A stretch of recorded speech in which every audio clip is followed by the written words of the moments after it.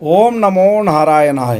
ஸ்ரீ கலியுக மங்கள லக்ஷ்மி நரசிம்ஹ பரபிரமணே நமக. விருச்சிக ராசி அன்பர்கள் அனைவரையும் நமஸ்கரிக்கிறேன்.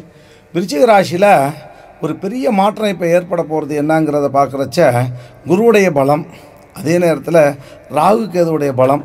இந்த சனி பயிற்சியில் பார்த்தோம்னா 3 வருஷம் 3 நாளைக்குள்ளே 3 குரு பயிற்சி 2 ராகு கேது பயிற்சி, இவ்வளவும் இந்த சனி பயிற்சியில் நம்ம பார்க்க போகிறோம். அப்போது ஜென்மசனி நமக்கு என்ன பண்ண போகிறது? ஜென்மத்தில் சனி வந்துருச்சேன்னு ரொம்ப பதட்டம், பயம், குழப்பம், ஒரு சில பேருக்கு ரொம்ப விரக்தியான மனநிலை. சனி பகவான் இப்படி ஜென்மத்தில் வந்துட்டாரே, நம்மளை ஆட்டி படைக்க போகிறாளோ, அதை பற்றி நம்ம கவலையே பட வேண்டாம். பகவான் ஜென்மத்தில் வந்திருந்தாலும் கூட மனோதைரியத்தினால நாம் எல்லா காரியத்தையும் நாம் ஜெயிச்சிடலாம். அதே நேரத்தில் பார்த்தோம்னா 65% இந்த 2015 வருஷம் இப்போ துவக்கத்துலேருந்தே நமக்கு பகவான் கொடுக்க போகிறார். இது போருமே, 50க்கு கீழே தான் போகக்கூடாது. 65% நல்ல மேன்மையான பலன் தானே. அப்போது 2 5 குடையவன் குரு பகவான், தன பஞ்சமாதிபதினு அவனுக்கு பேர். 2 குடையவனும் 5 குடையவனும் நீச்சமாகக்கூடாது. ஜாதகத்தில் குரு பகவான் வந்து நீச்சமாக இருந்தால் கதி யோகம்னு பேர். அப்போ கதி யோகம் என்ன?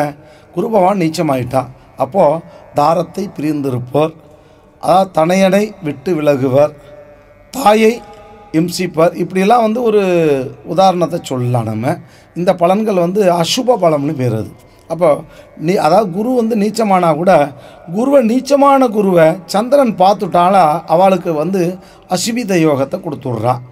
அஸ்மித யோகம் வர்றது வந்து ரொம்ப விசேஷமான யோகம். இப்படி நிறைய சாஸ்திரத்தில் சொல்லிகிட்டே போகலாம். சாஸ்திரங்கிறது ஒரு சமுத்திரம் போல், அதை வந்து ஞானத்தினால், ஞான கண்ணோட்டத்தினால் எடுத்துரைக்கலாம். அப்போ இறைவன்ட்ட நம்ம வந்து பிரார்த்திக்கிறச்ச, எப்போது விருச்சிக ராசிக்கு என்ன நடக்க போகிறது அப்படின்னு நம்ம பார்க்க போகிறச்ச, சனி பகவான் நல்லா கை கொடுப்பார். காரணம், சனி 3 4 குடையவன், திருதிய ஸ்தானாதிபதி அவன்தான், சுகாதிபதியும் அவன்தான். அப்போது சனி பகவான் நல்லது செய்வார். நமக்கு கவலைப்பட வேண்டாம். ஒரு காலகட்டத்தில் கொஞ்சம் கஷ்டப்பட்டு தான் ஆகணும். ஒவ்வொரு நாளும் சுகத்தை அனுபவித்தா கஷ்டத்தை என்னைக்கு அனுபவிக்கிறது? நாம் விதி வழியே எப்படி வந்தோமோ அப்படி தான் நமக்கு பலம்.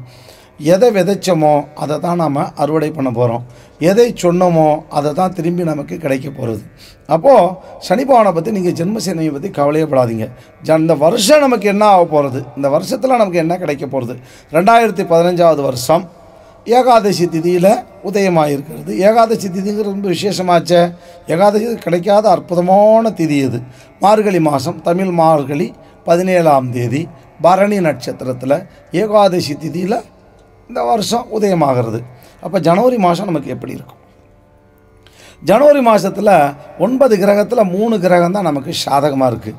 எடுத்தோனையே கொஞ்சம் அப்படி பல்ட்டி அடிக்கிற மாதிரி வரும். தர்றேன்னு சொன்னவா திடீர்னு வாங்கோ நாளைக்கும்பா, சரி நாளைக்கு போய் அவள்கிட்ட போய் கேட்டது கிடைக்கும்னு பார்த்தா ராத்திரி ஃபோன் பண்ணி சொல்லுவா, இப்போ வராதிங்கோ அப்புறமா பார்த்துக்கலாம்பா. அதுக்காக நம்ம கவலைப்படக்கூடாது. காரணம், 3 கிரகம் தான் நமக்கு சாதகமாக இருக்கிறது. கேட்டது கிடைக்கலையேன்னு நம்ம வருத்தப்படக்கூடாது. அதனால் இந்த ஜனவரி மாதத்தை மெல்ல நம்ம கொண்டு போயிட்டோம்னா அடுத்து வரக்கூடிய பிப்ரவரி மாதம் சாதகமான மாதம். சுபகாரியங்களுக்கு சாதகம் பிப்ரவரி மாதம். பொண்ணு பிள்ளைக்கு கல்யாணம் நிச்சயமாயிடும். சட்டுப்புட்டுன்னு கல்யாணத்தை நடத்தி முடிச்சுடலாம். தை பிறந்தால் வழி பிறக்கும். அதனால் தானியங்கள் வீடு பூரா நிறைஞ்சிருக்கும். அந்த அளவுக்கு சுகமான ஒரு மாதம்னு சொல்லலாம் பிப்ரவரி மாதம். காரணம், 9 கிரகத்தில் குருவுக்கு வந்து நிவகாரணி யோகமும், சனி பகவானுக்கு நிவர்த்திதா யோகமும், அதாவது செவ்வாய் பகவானுக்கு அச்சுவிதி யோகமும், இப்படி 3 யோகங்களும் நமக்கு பலமாக அமைஞ்சதுனால, மனோபலத்தினால எல்லா காரியத்தையும் நாம் சித்தி பண்ணிக்கலாம். பிப்ரவரி மாதம் சுபமான மாதம்னு சொல்லலாம். மார்ச் மாதம் கொஞ்சம் தடுமாற்றம் இருக்கும். வண்டி வாகனங்களில் போகிறவாள்லாம் கொஞ்சம் கவனமாக போகணும். அதே நேரத்தில் மார்ச் மாதத்தில் வண்டி வாகனங்கள் வாங்குறவா கூட ஒரு முறைக்கு 2 முறை யோசித்து வாங்கலாமா வேண்டாமா. கையில் கொஞ்சம் பணத்தை வச்சுட்டு தான் வாங்குவோமே, திடீர்னு போய் கடனை வாங்கிட்டு கட்ட முடியலன்னா நம்ம கஷ்டப்படணுமே. இப்படி 2 மனசாக அந்த போராட்டங்கள்லாம் எண்ணங்கள்லாம் வந்தாலும் பரவாயில்ல. இந்த மார்ச் மாதத்தை மெல்ல ஓட்டுங்கோ. அப்போ எந்த பாதகமும் உங்களுக்கு வராது. கவனமாக வண்டி ஓட்டுங்கோ. பகவானை பிரார்த்தனை பண்ணிகிட்டே போங்கோ. அஷ்டாட்சர மந்திரத்தை சொல்லுங்கோ, சடாட்சர மந்திரத்தை சொல்லுங்கோ, பஞ்சாட்சர மந்திரத்தை சொல்லுங்கோ. இப்படி உங்களுக்கு என்ன தோணுதோ, கார் ஓட்டும் பொழுது இந்த மந்திரங்களை சொல்லிட்டு காரை ஓட்டுங்கோ. பகவான் கொண்டு போய் உங்களை கண்டிப்பாக உரிய இடத்துல சேர்த்துருவார். கவலையே பட வேண்டாம். ஏன்னா கவலை அதிகரிக்கும். விருச்சிக ராசியில் பல பேர் பார்த்தா ஒரு சில பேருக்கு கவலை அதிகமாக இருக்கும். எப்போவுமே சிந்தனை பண்ணிகிட்டே உட்காந்துருப்பா. அப்படியே பார்த்தா தனிச்சு இருப்பா. ஒரு சில பேர் யாரோடையும் சேர மாட்டா. அதை பார்த்தா அவர் கொடுத்தன இருந்தால் கூட பக்கத்து ஆற்றுல ஏத்தாத்துல அடுத்த ஆற்றுலலாம் பேச மாட்டா. அப்படிலாம் இருக்கக்கூடாது. ஜனரஞ்சனமாக இருக்கணும், மகிழ்ச்சியாக இருக்கணும்.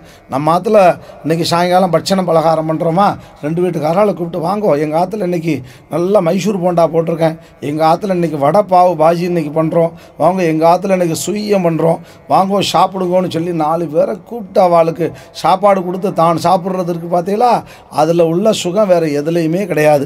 அதனால் இந்த மார்ச் மாதத்தை பொறுத்தளவுக்கு சந்தோஷமாக நாம் தான் கொண்டு போகணும்.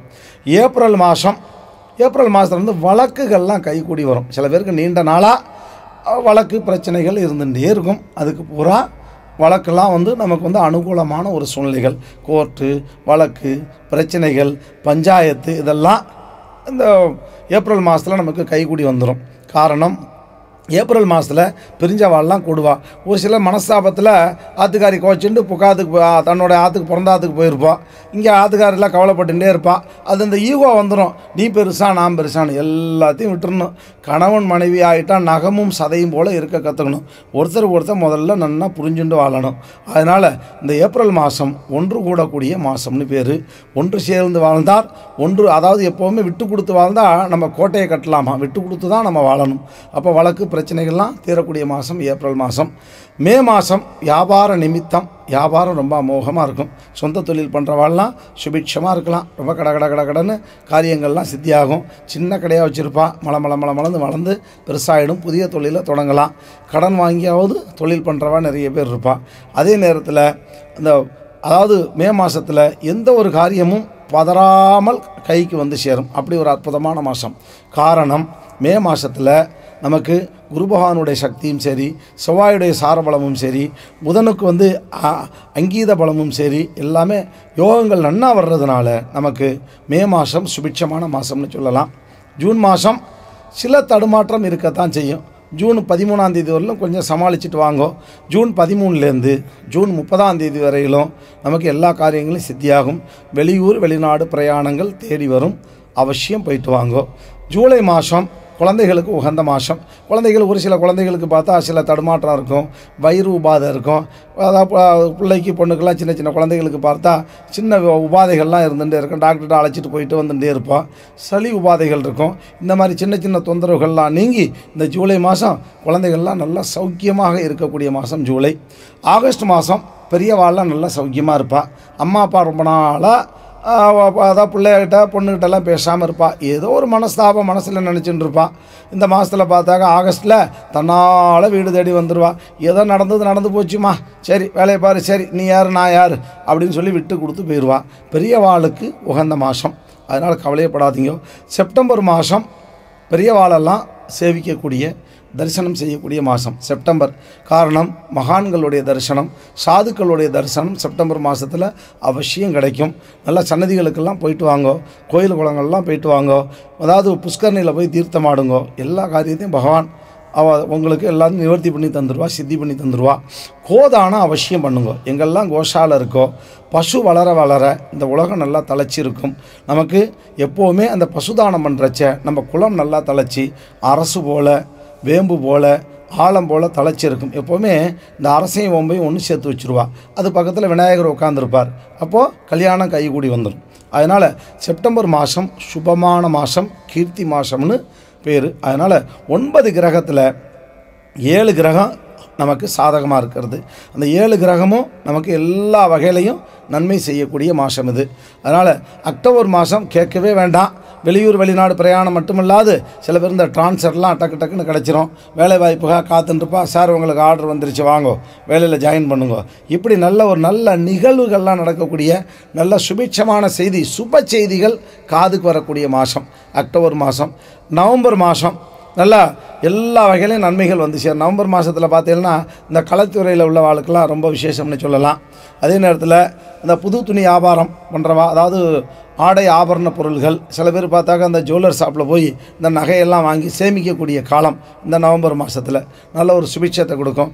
டிசம்பர் மாதம் 6ஆம் தேதி வரையிலும் 1லேருந்து 6 வரை கொஞ்சம் தடுமாற்றம் இருக்கும். 6ஆம் தேதியிலேருந்து 31ஆம் தேதி வரலும் எல்லா காரியத்தையும் பகவான் பார்த்துப்பா. ஜென்ம சனியை பற்றி நீங்கள் கவலையப்படாதீங்கோ. எல்லா காரியத்தையும் இறைவன்கிட்ட விட்டுட்டு நீங்களாக இருங்கோ. 100%க்கு 65% நன்மையே நடக்கக்கூடிய வருடம் இது. எல்லா காரியத்தையும் பகவான் பார்த்துப்பா. சௌமிய யோகத்திலையும் அதே நேரத்தில் சதாவிதி யோகத்திலையும் சதாவிதி யோகத்திலையும் இந்த வருஷம் துவங்கி இருக்கிறதுனால உங்களுக்கு எல்லா காரியத்தையும் எம்பெருமான் கண்டிப்பாக உங்களுக்கு கைகூட்டி கொடுப்பார். கவலைப்பட வேண்டாம். ஒவ்வொரு கிரகத்து பின்னாடியும் அதாவது 1,08,00,000 யோகங்கள் ஒளிஞ்சுட்டு இருக்கு. எல்லா யோகத்தையும் நம்ம ஒவ்வொரு ஜென்மா எடுத்து இந்த கலியுகத்தில் நாம் அனுபவிக்கத்தான் போகிறோம். அதனால் விருச்சிக ராசியில் பிறந்தவா எதை பற்றியும் நீங்கள் கவலைப்படாதீங்க. ஆணாக இருக்கட்டும் பெண்ணாக இருக்கட்டும், பிரார்த்தனை ஒன்று பண்ணுங்க. இந்த ஜென்மசனி போகிறதே உங்களுக்கு தெரியாது. ஓம் நமோ நாராயணாய். சுவாமிஜி, விருச்சிக ராசி அன்பர்கள் ஒரு சிலர் அம்மா அப்பாவை கூடவே வைத்து அரவணைத்து செல்லாததற்கு என்ன காரணம்? ஒரு சிலருக்கு மூச்சு திணறல், வயிற்று உபாதைகள் இதெல்லாம் ஏற்பட என்ன காரணம்? விருச்சிக ராசியை பொறுத்தளவுக்கு அம்மா அப்பா ஒரு சுமைன்னு நினைக்கக்கூடிய ஒரு சிலர் இருக்கத்தான் செய்கிறா. அது காரணம் என்ன? சுகஸ்தானத்தில் பாவிகள் கூடியிருக்கிறது. கேந்திரஸ்தானமான சுகஸ்தானம், ஜீவனஸ்தானமான 10ஆம் இடத்துல பாவிகள் இருக்கிறது. 10ல் ஒரு பாவி வேணும் தான். அதே நேரத்தில் அந்த பாவியை சுபர் பார்க்கணும். பாவி பார்த்தால் இவன் பெத்தவாளை மதிக்க மாட்டா. இது முன்னோர் வாக்கு. அதனால் அதாவது அம்மா அப்பாவை மதிக்கணும், இவா மதித்து வச்சுக்கணும். காரணம் இதுக்கு கிரக சுழற்சி அம்மா அப்பா செய்த பாவம் அதுக்கு முன்னோடியாக இருக்கிறது. அம்மா அப்பா போன ஜென்மாவில் செய்த பாவம் இந்த ஜென்மாவில் இவா பிள்ளையாக பிறந்து அவளை இம்சை பண்ணுறா. அதனால் இது மாதிரி சில தடுமாற்றங்கள் எல்லாம் பக்தி பிரார்த்தனையினால் நாம் சரி பண்ணிக்கலாம். பக்தி பிரார்த்தனை சரியாக வேணும். அதனால தான் குழந்தைகளை வளர்க்குற செய்ய அவளுக்கு ஒரு கவலம் அமுது சாப்பாடு ஊட்டுற செய்ய பக்தி பிரார்த்தனையை சொல்லி சொல்லி ஊட்டணும். நன்மைகளை சொல்லி சொல்லி வீட்டணும். எப்போவுமே நன்மைகளை சொல்லினா குழந்தைக்கு வீணாக போயிடுமே. எப்படி பக்த பிரகலாதனுக்கு கர்ப்பத்தில் இருக்கிற செய்ய நாரதர் என்ன மந்திரம் உபதேசம் பண்ணார்? ஓம் நமோ நாராயணாய. எப்போ நாராயண மந்திரத்தை பகவான் உபதேசம் பண்ணுறார். எப்படி ஓம் நமோ நாராயண அஷ்டாட்சர மந்திரத்தை உடையவர் ராமானுஜர் சௌமிய நாராயண பெருமாள் சன்னதியில் திருக்கோஷ்டியூரில் எப்படி பாமரன் நாவிலும் ஓம் நமோ நாராயணா ஒலிக்கணும்னு எப்படி அவர் உடையவர் ராமானுஜர் ஓம் நமோ நாராயணங்கிற அஷ்டாட்சர மந்திரத்தை சௌமிய நாராயண பெருமாள் சன்னதியில் திருக்கோஷ்டியூரில் பாமரன் நாவிலும் ஓம் நமோ நாராயணா எதிரொலிக்கணும்னு அவளுக்கு நன்மை நடக்கணும்னு எப்படி உபதேசித்தாரோ அதுபோல் குழந்தைகளுக்கு நல்ல விஷயங்களை ஊட்டி வளர்க்கணும். குழந்தைகளை நடத்தையில் செய்கையில் அவளுக்கு அதிகமாக செல்லம் கொடுக்கக்கூடாது. விரும்பி கேட்குறதெல்லாம் வாங்கி தரக்கூடாது. இப்போ இந்த காலத்தில் குழந்தைகள்லாம் இந்த சாக்லேட்டுன்னு கேட்டு வாங்கி சாப்பிட்டுட்டு 15 வயசுலாம் பல்லு பூரா கொட்டி போகிறது. இப்படி குழந்தைகளை கெட்டு போகிறதுக்கு பேரண்ட்ஸும் ஒரு காரணமாக இருக்கா. ஒரு சிலர் தான் அந்த தவறுகளை செய்கிறா. அப்போ அந்த குழந்தை என்னமா மதிக்கும்? குழந்தை அப்பா பேர் சொல்லி கூப்பிட்றது சின்ன வயசில் அது கேட்கறதுக்கு இதமாக இருக்கிறது. ஆனால் அதே நிலை வயசான பிறகு ஏற்பட்டால் அப்போ நம்ம அந்த ஒரு துக்கத்தை நம்மளால் தாங்க முடியாது. அப்போ குழந்தைகளுக்கு மரியாதை நிமித்தம்னா என்ன, பெரியவானா யார், வந்தவாளை எப்படி மதிக்கணும், இதெல்லாம் இளமையிலேயே நம்ம கற்றுக் கொடுக்குறச்சே அவள் நல்லா செழிப்பாக வருவாள். எப்படி செழிப்புக்கு அதுதான் பொருள். செல்வ செழிப்போடு இருக்கணும், செல்வத்தோடு இருக்கணும், செழிப்போடு இருக்கணும். செழிப்புக்கு மறுபொருள் என்ன அப்படின்னா, செழிப்பு என்பது மற்றவா நம்மளை மதிக்கிறதுக்கு செழிப்பு என்று பொருள். அதனால் செழிப்பு, செல்வ செழிப்பு, குடியும் கொடுத்தனமாக இருக்கணும், தம்பதி சகிதமாக இருக்கணும். தம்பதி சகிதம் அதோட பொருள் என்ன? பிள்ளைகள்லாம் இணங்கி சொன்ன பேச்சை கேட்டு அம்மா அப்பா வச்சு பராமரிக்கிற அளவுக்கு குழந்தைகளை நாம் கொண்டு வரணும். அவள் அப்பான்னு மதிக்கணும், அம்மானு மதிக்கணும். அப்பா அம்மாவுடைய அருமை, அப்பா அம்மாவுடைய மகத்துவம் அந்த குழந்தைக்கு தெரியணும். அதனால் குழந்தைகள்லாம் நல்லா சுபிட்சமாக இருக்கணும்னு நம்மலாம் பிரார்த்தனை பண்ணணும். அவளுக்கு அதிகமாக செல்லம் கொடுக்கக்கூடாது. உடனே அவள் அலறான்னு சொல்லிவிட்டு உடனே எந்த ஒரு தகாத பொருளையும் வாங்கி அவளுக்கு தரக்கூடாது. எல்லாமே அளவோடு இருந்தால் எல்லாமே நல்லா இருக்கும். அளவுக்கு மிஞ்சினால் அமிர்தமும் விஷம். இப்போ தேனு நன்னா சுவையாக இருக்குதுன்னு வச்சுக்கோ, அது அதிகமாக எடுத்து உண்டா நம்ம என்ன ஆகும்? மது உண்டது போல் நமக்கு மறுநாள் மலம் வராது. நம்ம வயிறெல்லாம் பிடிச்சிக்கிட்டு போய் உட்காந்துக்க வேண்டியது தான். அதுபோல் அளவுக்கு மிஞ்சினால் அமிர்தமும் விஷம். அதுபோல் நம்ம எதுலேயுமே அளவாக இருக்கணும். குழந்தைங்க விஷயத்துலேயும் சரி ரொம்ப கட்டுப்பாடாக இருக்கணும். கொஞ்சம் நேரத்தில் கொஞ்சணும், மடியில் வச்சுக்கிற நேரத்தில் மடியில் வச்சுக்கணும், கண்டிப்பாக இருக்கிற நேரத்தில் கண்டிப்பாக இருக்கணும், கல்வி நேரத்தில் கல்வியை கொடுக்கணும். இப்படியாக குழந்தைகளை நம்ம பராமரிக்கிற விதத்தில் தான் அவள் நமக்கு முக்கியத்துவம் கொடுப்பாள். அதனால் ஒரு சிலருக்கு பார்த்தா இந்த மூச்சு திணறல், வயிறு உபாதையெல்லாம் இருந்துகிட்டே இருக்கும். காரணம் சுகஸ்தானம் கெட்டு போயிருக்கும், பூர்வ புண்ணிய ஸ்தானம் கெட்டு போயிருக்கும், அதே நேரத்தில் 3ஆம் இட திருதிய ஸ்தானம் கெட்டு போயிருக்கும். இப்படியாக 9 நிலைகளில் நமக்கு, அதான் 12 ராசி கட்டங்கள்லையும் 9 நிலைகள் இருக்கிறது. 9 நிலைகளில் 4 நிலை நமக்கு சுத்தியாக இருக்கணும். அப்போது இந்த நவகிரகங்கள் நவக்கோள்கள் அப்படியே ஒவ்வொரு சாரபலத்துலையும் இருக்கிறது. அப்போ சாரபலம் பாதசாரம் வந்து சுபிட்சமாக இருக்கணும். பாதசாரத்தில் வந்து 5 கிரகங்கள் சுகம் இல்லாமல் இருந்தால், 5 கிரகங்கள் கெட்டு இருந்தால் இவாளுக்கு சரீர உபாதை வரும். அந்த சரீர உபாதையெல்லாம் நம்ம போக்கிக்கிறதுக்கு பக்தி பிரார்த்தனை அவசியம் வேணும். துளசி பிருந்தாவனம் எங்கே இருக்கோ அங்கெல்லாம் போய் 108 தடவை பிரதட்சணம் பண்ணுங்கோ. சன்னதியை வந்து 108 தடவை பிரதட்சணம் பண்ணுங்கோ. காத்தால் 1 மணி நேரம் நடந்து போங்கோ. எல்லாமே மனசுக்கு அமைதி கிடைக்கும். ஸ்ரீ கலியுக மங்கள லட்சுமி நரசிம்மர் சன்னதியில் துளசி விருந்தாவனம் இருக்கிறது. ஒரு முறை வாழ்க்கையில் நீங்கள் அவசியம் வாங்கோ. அந்த மண்ணை மிதித்தாலே சப்த மகரிஷிகளும் தவசு பண்ண இடத்துல தான் ஸ்ரீ கலியுக மங்கள லட்சுமி நரசிம்மர் சன்னதி அமைஞ்சிருக்கிறது. துளசி விருந்தாவனம் இருக்கிறது. 25,000 துளசி செடி இருக்கிறது. 12 மகா குண்டம் இருக்கிறது. 108 தடவை வந்து பிரதர்சனம் பண்ணுங்கோ. நோயின்றி வாழ்க்கை வாழலாம். எல்லா கஷ்டங்களும் விலகி போயிடும். எம்பெருமான் ஸ்ரீ கலியுக மங்கள லட்சுமி நரசிம்மர் உங்களுக்கு பரிபூரண அனுகிரகம் செய்வார். ஓம் நமோ நாராயணாய.